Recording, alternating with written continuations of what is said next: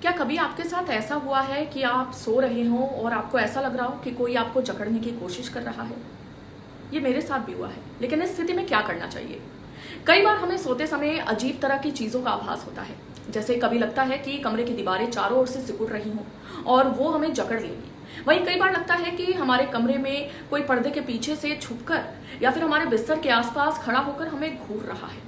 कई बार तो स्थिति ये हो जाती है कि आपको लगने लगता है कि कोई आपको दबोचने की कोशिश कर रहा है और इस स्थिति में आप बचने की हजारों कोशिश करते हैं, लेकिन उस समय आपका शरीर बिल्कुल मूव नहीं कर पाता, बिल्कुल भी मूवमेंट नहीं होती है और आप उस समय चीखने की कोशिश करते हैं, लेकिन आपके गले से आवाज तक नहीं निकलती है।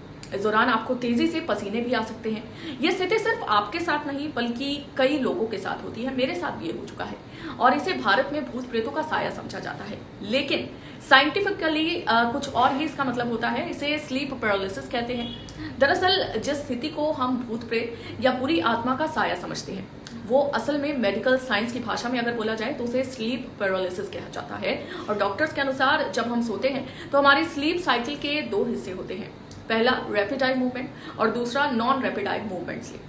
तो जब हम स्लीप के फेज में होते हैं, सो रहे होते हैं, उस समय हम सपने देख रहे होते हैं, अलग दुनिया में होते हैं। इस दौरान हमारे ब्रेन सेल्स बॉडी को ऐसे सिग्नल्स देते हैं कि मूव नहीं कर पाए, क्योंकि अगर बॉडी मूव करेगी तो हम हाथ और पैर चला सकते हैं।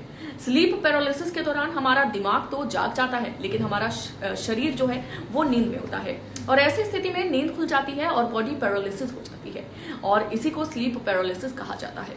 अब डॉक्टर स्लीप पैरालिसिस के बारे में क्या कहते हैं वो भी मैं आपको बताती हूँ। डॉक्टर्स के अनुसार स्लीप पैरालिसिस की एक बड़ी वजह नींद का पूरा नहीं होना है। जो लोग नींद पूरी नहीं करते हैं और सोने के अनियमित समय और कई बार स्ट्रेस भी इसके पीछे की एक बड़ी वजह माना जाता है। तो इसे हमारे शरीर को कोई खतरा तो नहीं है, लेकिन नींद का समय सुधार कर आप इसे ठीक जरूर कर सकते हैं। तो क्या आप भी कभी स्लीप पैरालिसिस के शिकार हुए हैं? कि आपको भी अनुभव हुआ है? कमेंट्स में जरूर बताएं अपना एक्सपीरियंस।